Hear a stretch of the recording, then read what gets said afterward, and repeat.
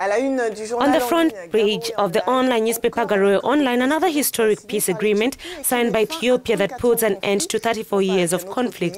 It is an internal agreement between the government and a separatist rebel group in the country, the ONLF. This is the Ogaden National Liberation Front, which is calling for more autonomy and even secession for this region in the southeast of the country, which is populated mainly by members of the Somali ethnic group. This compromise that has been reached between the government and the ONL is in addition to the long list of progress made by Prime Minister Abiy Ahmed since coming to power last April. He has, among other things, released political prisoners and begun to open up the democratic space. He has also sealed peace with Eritrea after 20 years of war. It was Eritrea that mediated between the Ethiopian government and the ONLF, whereas Asmara was previously the main supporter of this separatist organization.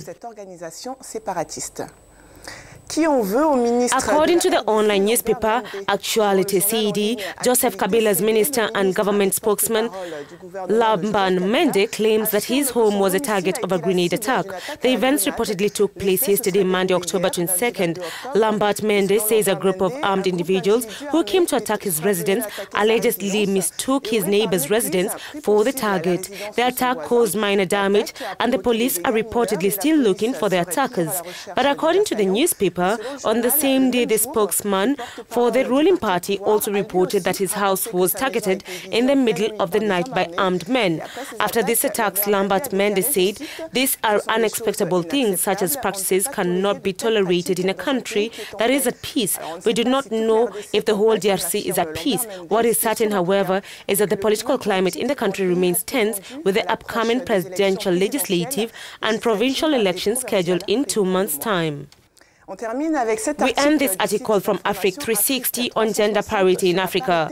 The continent is a little behind on the issue of equality in the political arena, but not everything is negative, and some countries are really committed to putting more women at the top of the state agenda.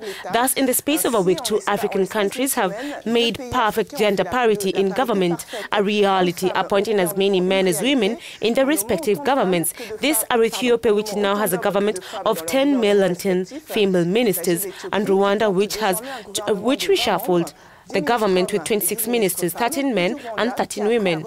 And as the article points out, these are not just extras, because women-appointed ministers hold key positions, including those in industry, trade and defense. However, the newspaper points out that these advances at the political level must not hide a reality. Most women on the continent do not have access to basic education.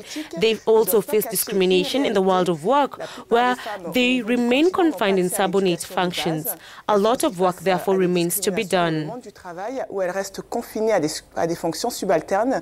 Beaucoup de travail donc reste encore à faire.